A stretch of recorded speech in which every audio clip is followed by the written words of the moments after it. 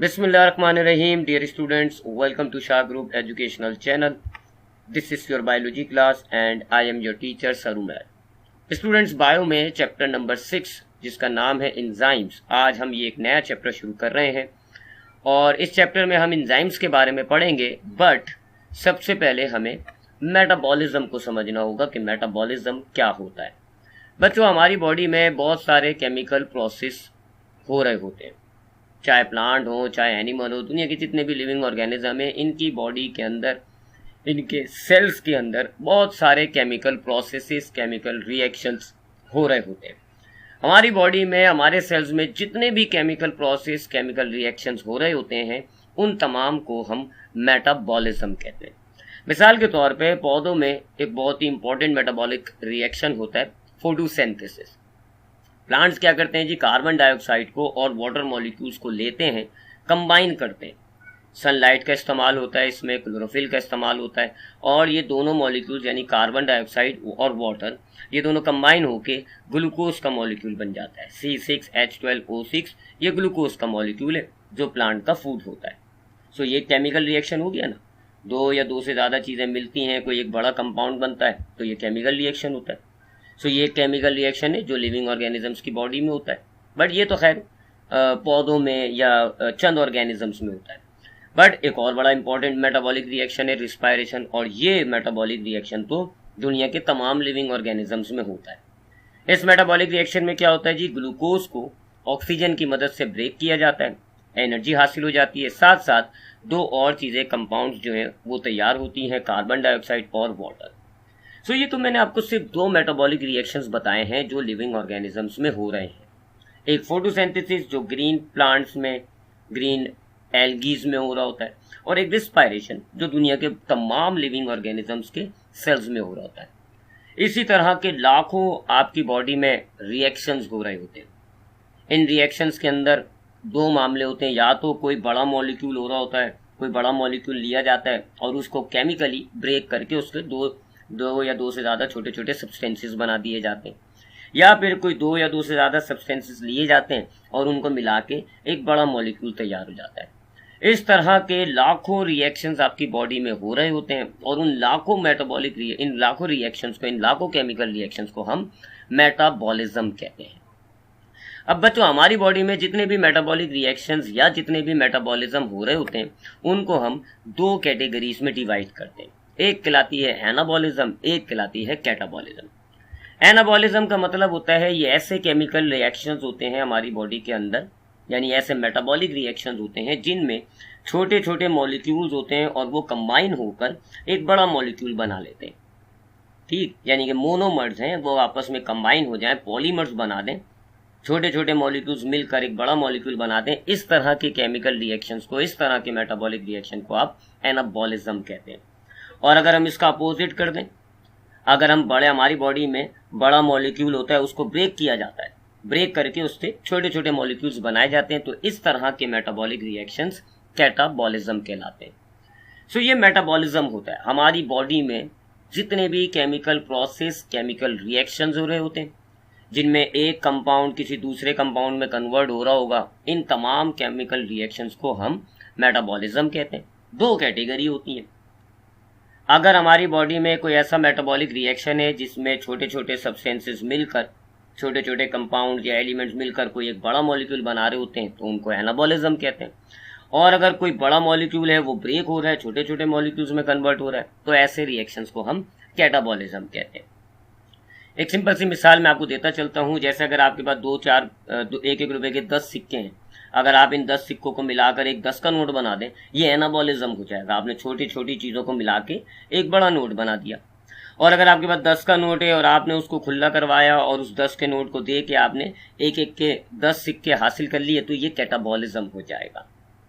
तो इस तरह के एनाबॉलिज्म, कैटाबॉलिज्म आपकी बॉडी में बेतहाशा है, बहुत सारे जो है आपकी बॉडी में हो रहे होते हैं।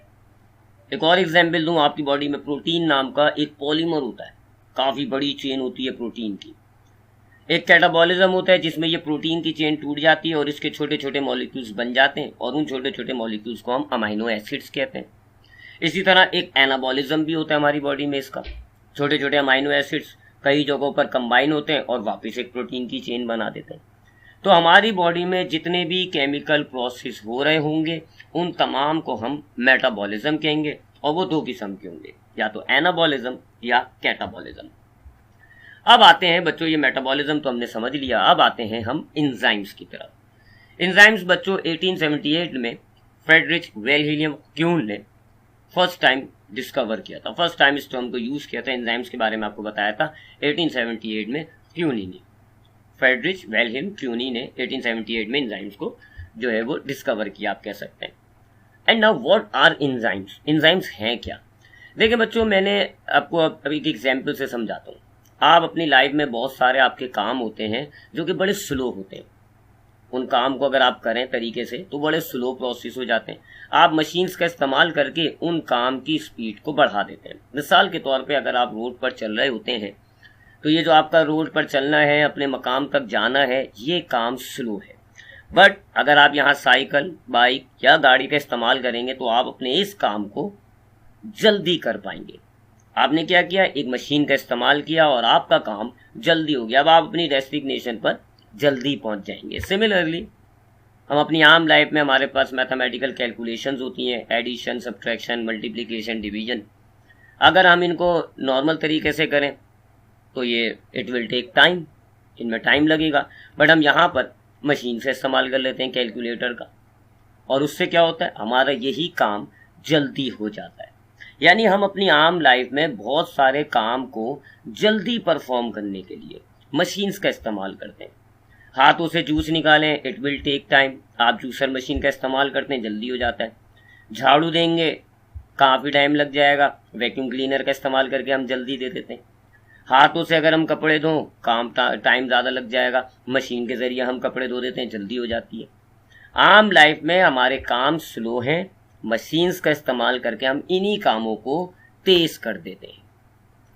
तो बच्चों बिल्कुल इसी तरह जिस तरह आपकी आम लाइफ में आपके तमाम काम स्लो होते हैं, मशीन्स का इस्तेमाल करके आप अपने तमाम कामों को तेज करते हैं, बिल्कुल इसी तरह आपकी बॉडी में जितने भी मेटाबॉलिक रिएक्शन हैं, चाहे वो एनाबॉलिज्म हो चाहे वो कैटाबॉलिज्म हो, इंतहाई स्लो है।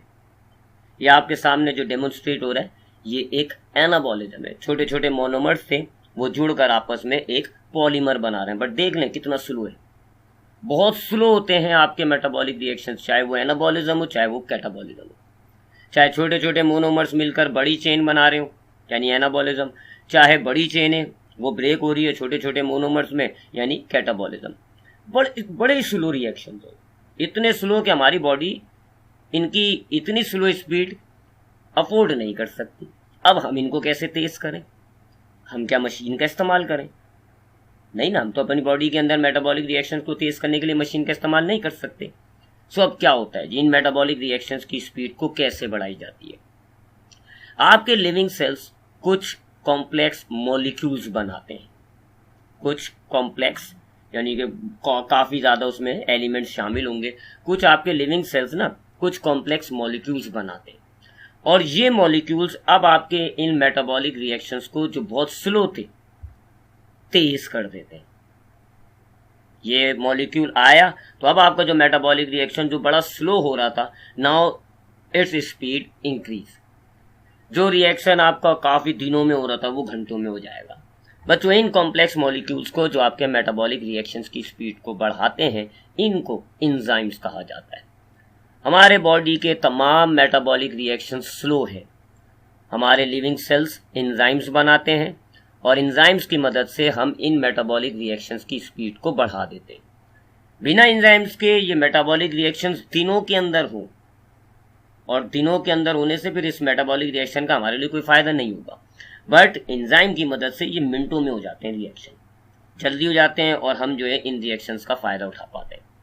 सो एंजाइम्स क्या है? ऐसे कॉम्प्लेक्स मॉलिक्यूल्स होते हैं जो लिविंग सेल्स बनाते हैं और ये फिर आपकी बॉडी में होने वाले तमाम स्लो मेटाबॉलिक रिएक्शंस की स्पीड को इंक्रीज कर देते हैं, और आपके मेटाबॉलिक रिएक्शन जो स्लो थे वो तेज हो गए। बिल्कुल ऐसे जैसे आप अपनी आम लाइफ में मशीन का इस्तेमाल करके अपने काम को तेज कर रहे हैं, इसी तरह आपकी बॉडी एंजाइम्स का इस्तेमाल करके आपके मेटाबॉलिक रिएक्शन की स्पीड को बढ़ाते हैं। सो ये होते हैं जी एंजाइम्स। अब एंजाइम्स के कुछ कैरेक्टरिस्टिक्स पर बात करते हैं। एंजाइम्स की काफी सारी खूबियां हैं। एक खूबी तो मैंने आपको बता दी कि ये आपके मेटाबॉलिक रिएक्शन की स्पीड को बढ़ाता है, लेकिन इसके अलावा और भी बहुत सारे हमारे पास एंजाइम्स के कैरेक्टर्स हैं। उनमें से चंद एक को हम यहाँ डिस्कस करते हैं। सबसे पहली बात बच्चों, ये जो एंजाइम्स होते हैं, दो कैरेक्टर मैं आपको ऑलरेडी बता चुका हूँ। पहला कैरेक्टर कि आपके एंजाइम्स मेटाबॉलिक रिएक्शन की स्पीड को बढ़ा देंगे। आपका मेटाबॉलिक रिएक्शन स्लो है, एंजाइम का इस्तेमाल होगा तो आपके मेटाबॉलिक रिएक्शन तेज हो जाएंगे। और दूसरा कैरेक्टर मैंने आपको बताया, लिविंग सेल्स बनाते हैं। ये हमारे जिस्म के अंदर जो जिंदा सेल्स होंगे ना, उनमें से चंद स्पेसिफिक सेल्स होंगे, वो बनाएंगे। हमारे मुंह में एक सलेवरी ग्लैंड होता है, उसके अंदर होते हैं कुछ सेल्स और वो एक एंजाइम बनाते हैं, एमाइलेज। हमारे पेंक्रियास में सेल्स होते हैं, वो एंजाइम्स बनाते हैं, ट्रिप्सिन। तो ये दो कैरेक्टर हो गए, enzymes speed up the reaction and enzymes are produced by living cells. उसके बाद एक और कैरेक्टर, ज्यादातर enzymes, most of the enzymes, यूं कह लें आप 99% एंजाइम आपके प्रोटीन से बने हुए होते हैं। They are made up of protein. देखिए बच्चों, हमारी बॉडी में ना बहुत सारे मॉलिक्यूल्स होते हैं, बहुत सारे हमारी बॉडी में कॉम्प्लेक्स मॉलिक्यूल्स हैं, जिनमें जो इंपॉर्टेंट या जो मेजर होते हैं उनमें एक होता है कार्बोहाइड्रेट, एक होता है लिपिड्स, एक होता है न्यूक्लिक एसिड्स, एक होता है प्रोटीन। आपके सेल्स में, आपकी बॉडी में बहुत सारी चीजें इन्हीं चीजों, आपकी तमाम चीजें इन्हीं चीजों से बनी हैं। कुछ ऐसी चीजें हैं जिनसे लिपिड्स बना हुआ है। आपको याद होगा सेल मेम्ब्रेन हमने पढ़ी थी, वो लिपिड से बनी हुई थी। जो डीएनए होता है हमारे क्रोमोसोम्स के अंदर, वो न्यूक्लिक एसिड से बना हुआ होता है। प्रोटीन, वो जो सेल वॉल होता है, कार्बोहाइड्रेट से बना हुआ होता है। ये जो एंजाइम्स हैं, तमाम enzymes, they are made up of protein. ये प्रोटीन से बने हुए होते हैं। जिस्म के तमाम एंजाइम्स प्रोटीन से बने हुए होते हैं। एक आध एंजाइम बाद में लेटर डिस्कवर हुआ है, ऐसा एंजाइम जो प्रोटीन के बजाय न्यूक्लिक एसिड से बना हुआ था, तो उनको हम राइबोजाइम्स कहते हैं।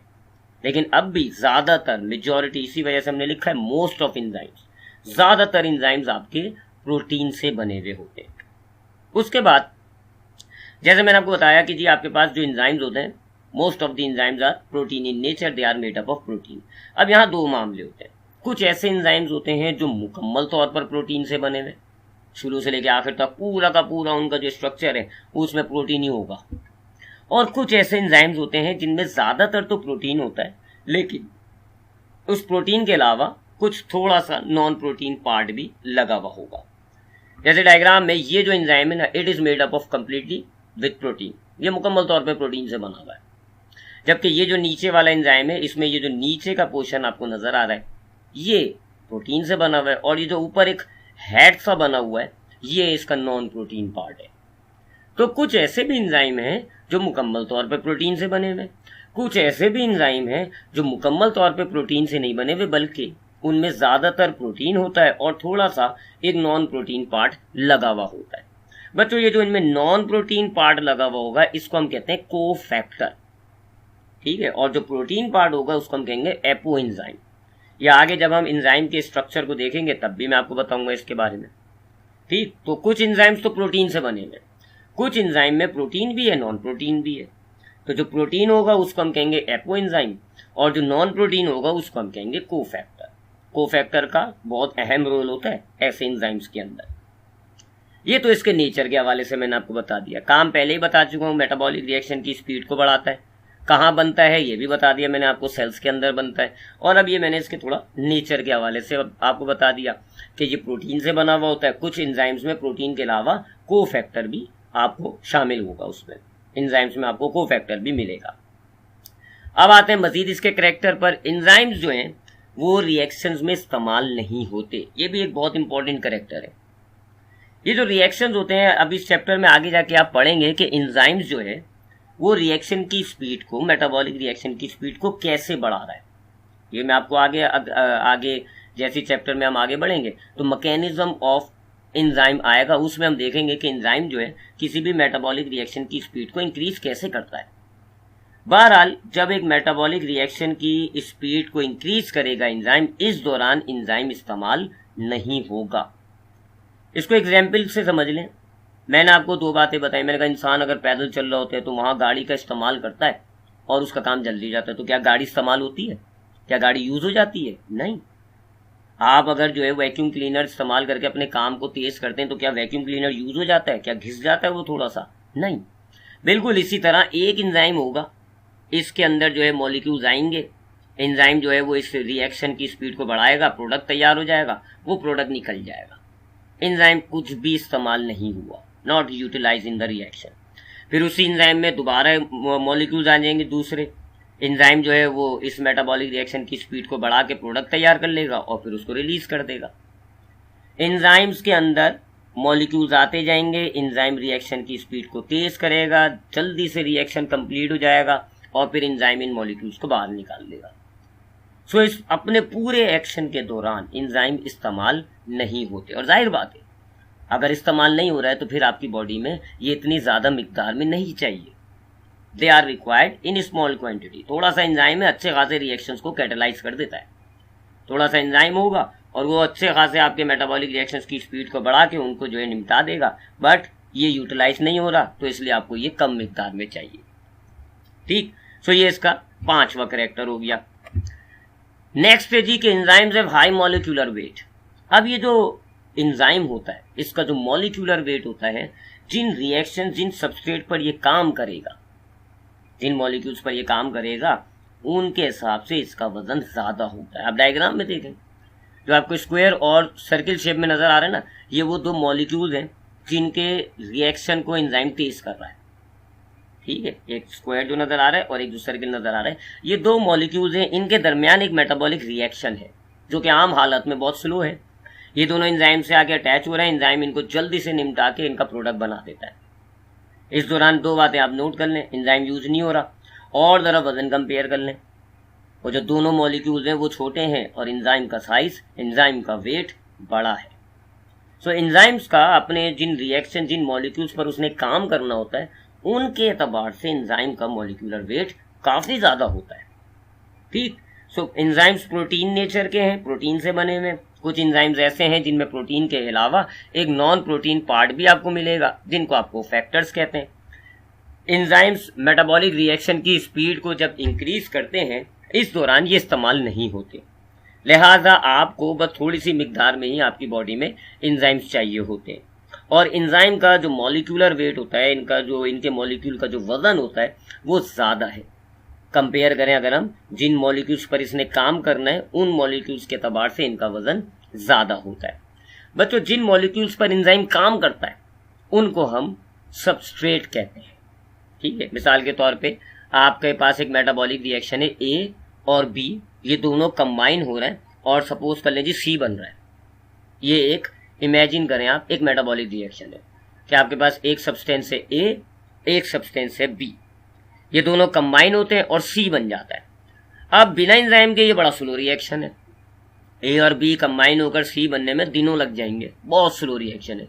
यहाँ एंजाइम का इस्तेमाल करेंगे तो ये जल्दी से ए और बी कंबाइन होंगे और सी बन जाएंगे। तो ये जो रिएक्शन के रिएक्टेंट्स हैं, ए और बी जो मॉलिक्यूल्स हैं जिन पर एंजाइम एक्शन करेगा, इनको सबस्ट्रेट कहा जाता है। सो इस रिएक्शन को जो मैं आपको बता रहा हूँ, इसमें सबस्ट्रेट क्या हो जाएंगे, ए और बी। एंजाइम इन ए और बी को अपने पास लाएगा, इनका रिएक्शन तेज कर देगा, ये सी बन जाएंगे, एंजाइम इनको निकाल देगा। ठीक है, ये सब हम मैकेनिज्म में बहुत डिटेल में स्टडी करेंगे कि ये किस तरह हो रहा है ये सारा मामला। ये कुछ टर्म्स ध्यान में रख लेगा, जिन मॉलिक्यूल्स पर एंजाइम ने काम करना है, दे आर कॉल्ड सबस्ट्रेट। ठीक है, अब जैसे ये रिएक्शन देखें आप, ग्लूकोज प्लस एटीपी बनता है ग्लूकोज 6 फॉस्फेट प्लस एडीपी। ये एक छोटा सा रिएक्शन है। विदाउट एंजाइम ग्लूकोज को एटीपी के साथ कंबाइन होने में बहुत टाइम लग जाएगा और ये जो प्रोडक्ट आपको मिलता है ग्लूकोज 6 फॉस्फेट, ये काफी देर में मिलेगा, बड़ा स्लो रिएक्शन होगा। तो यहाँ क्या होता है, आपकी बॉडी में कुछ सेल्स हेक्सोकाइनेस नाम का एक एंजाइम बनाते हैं। हेक्सोकाइनेस क्या करता है जी, इन दोनों ग्लूकोज और एटीपी को जल्दी से कंबाइन करा देता है और फौरन से आपका ये ग्लूकोज 6 फॉस्फेट बन जाता है, यानी ये मेटाबॉलिक रिएक्शन तेज हो जाएगा। ये जी इस एंजाइम का काम। अब अगर मैं करेक्टर्स आपको बताऊं तो हेक्सोकाइनेस जब भी ग्लूकोज एटीपी को मिलाएगा ना, इस दौरान हेक्सोकाइनेस यूज नहीं होगा, लिहाजा आपको ये एंजाइम कम चाहिए। फिर मैंने आपको क्या कहा कि ये जो ग्लूकोज और एटीपी है, चूंकि एंजाइम ने इन पर काम करना है, लिहाजा इस रिएक्शन में ये जो ग्लूकोज और एटीपी है ये सबस्ट्रेट कहलाएंगे। ठीक है, ये सबस्ट्रेट है और वजन जो है वो हेक्सोकाइनेस का मॉलिक्यूलर वेट ज्यादा होगा ग्लूकोज और एटीपी की निस्बत। ये वो 3 कैरेक्टर हैं जो मैंने आपको अभी बताया। कि enzymes are required in small quantity, enzyme has high molecular weight and the reactant of enzymes are called substrate. अब आते हैं ये जो नया पॉइंट आया, ये जो बच्चों एंजाइम्स होते हैं ना हाईली स्पेसिफिक होते हैं। हाईली स्पेसिफिक का मतलब कि एक एंजाइम किसी एक ही रिएक्शन को बस तेज कर सकता है, बस ये नहीं कि अगर एक एंजाइम है तो वो जी एक मेटाबॉलिक रिएक्शन की भी स्पीड बढ़ा रहा है, दूसरे मेटाबॉलिक रिएक्शन की भी स्पीड बढ़ा रहा है, तीसरे की भी बढ़ा रहा है, ऐसा नहीं होता। बल्कि एक एंजाइम सिर्फ एक रिएक्शन को ही कैटेलाइज कर सकता है, सिर्फ उसी की स्पीड बढ़ा सकता है। जैसे ये जो हेक्सोकाइनेस है ये सिर्फ ग्लूकोज और एटीपी पे ही काम करेगा, ये सिर्फ ग्लूकोज और एटीपी के ही रिएक्शन को तेज कर सकता है। अगर इस हेक्सोकाइनेस को मैं उठा के किसी दूसरे मेटाबॉलिक रिएक्शन में ले जाऊं वहां ये बेकार है। इस हेक्सोकाइनेस को अगर मैं उठा के किसी तीसरे रिएक्शन में ले जाऊं तो वहां ये काम नहीं करेगा। So enzymes are highly specific in their action. ये बिल्कुल वैसे ही है जैसे कि साइकिल से आप सिर्फ अपना सफर जल्दी कर सकते हैं ना, कपड़े तो नहीं धो सकते। वॉशिंग मशीन से आप सिर्फ कपड़े धोने वाला काम ही तो तेज कर सकते हैं ना, जूस तो नहीं निकाल सकते। इसी तरीके से आपका ये जो हेक्सोकाइनेस है इससे बस आप यही वाला रिएक्शन तेज करा पाएंगे, दूसरे मेटाबॉलिक रिएक्शन में ये वाला एंजाइम बेकार हो जाएगा। ठीक है, इसी तरह प्रोटीएस होता है, वो सिर्फ प्रोटीन को ब्रेक करके अमाइनो एसिड में कन्वर्ट करता है। अब इस प्रोटीएस को उठा के आप यहाँ ले आए ग्लूकोज और एटीपी वाले रिएक्शन में तो वो प्रोटीएस यहाँ पर काम नहीं करेगा। So enzymes are highly specific in their action. एक और point, they are heat and pH sensitive. ये जो एंजाइम्स होते हैं ना हीट और पीएच के एतबार से ना बड़े हसास होते हैं, यानी इनको एक मुनासिब हीट और मुनासिब पीएच चाहिए तो ये अपना काम कर पाएंगे। अगर आपने हीट, इनके आसपास हीट या इनके आसपास जो पीएच लेवल है कम ज्यादा किया तो अब एंजाइम पर फर्क पड़ना शुरू हो जाएगा।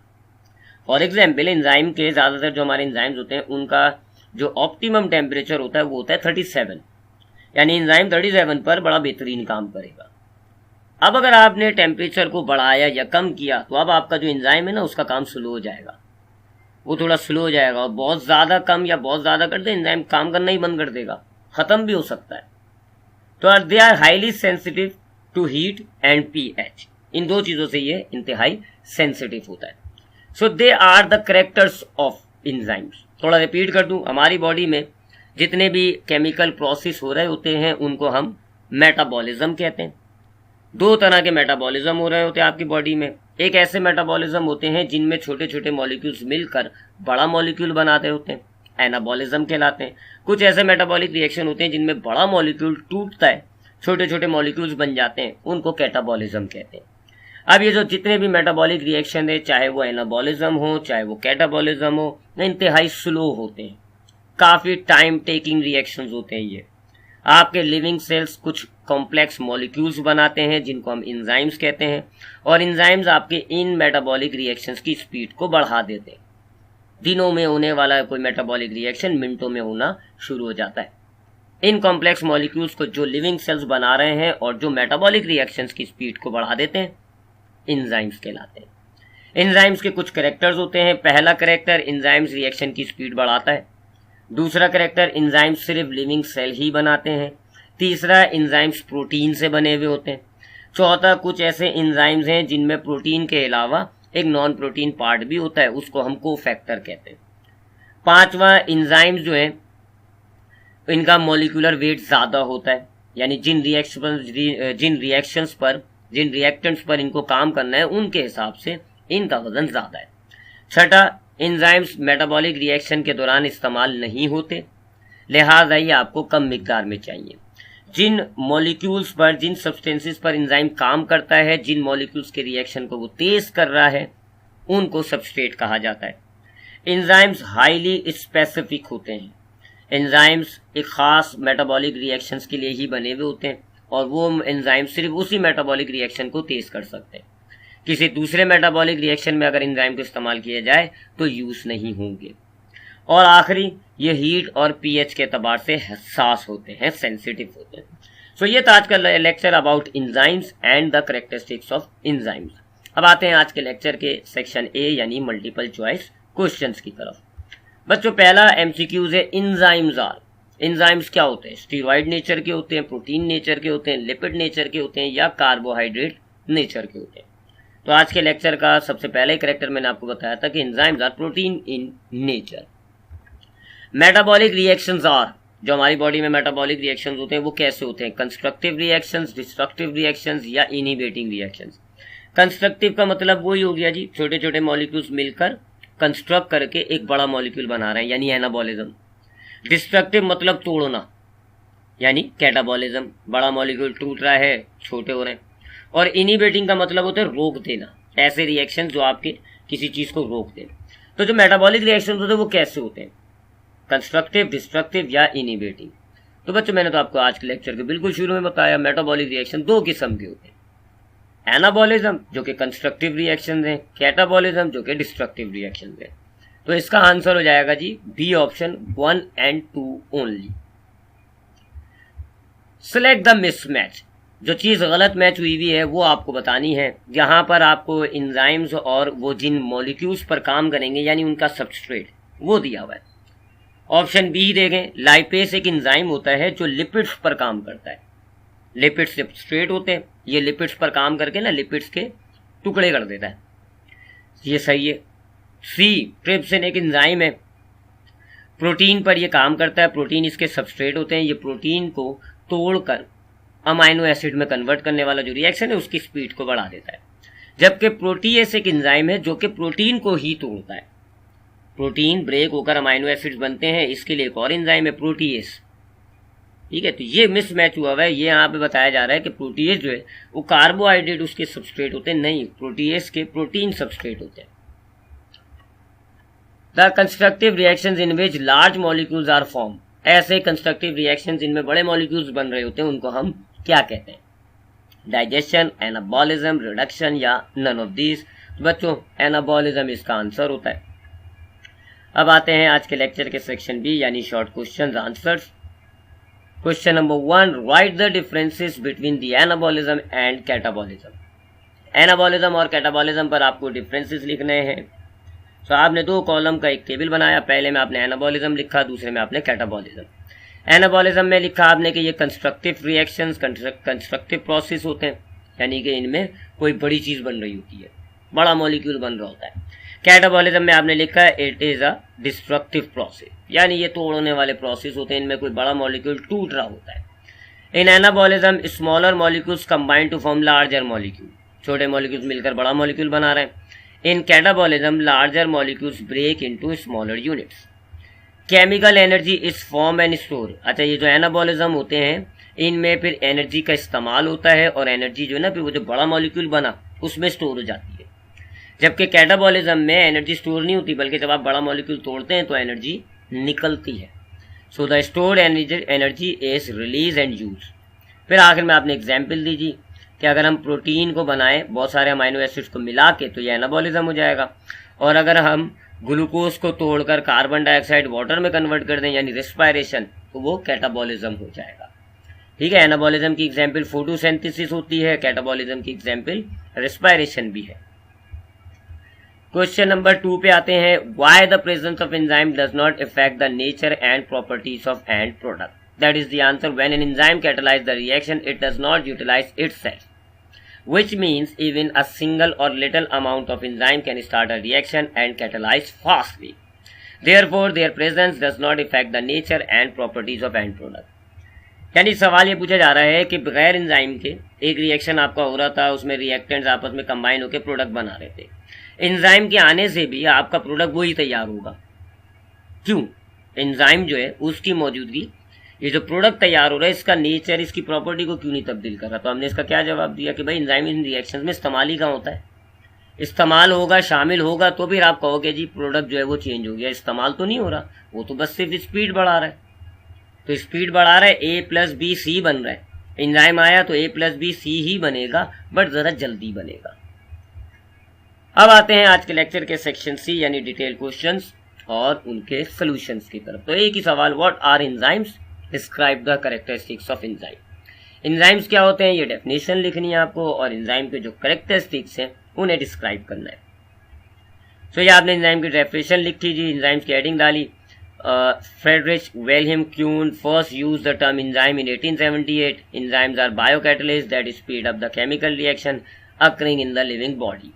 All enzymes are protein in nature. अब यहाँ आपने characteristics लिखे. Most of the enzymes are protein in nature. In some enzymes a non-protein part is also present, which is called prosthetic group. यहाँ prosthetic group नहीं, यहाँ पे cofactor आ जाएगा. ठीक है, यहाँ पे cofactor आ जाएगा, मैं लिख देता हूँ. ठीक है, ये कोफैक्टर आएगा यहाँ पे. ठीक है, कोफैक्टर.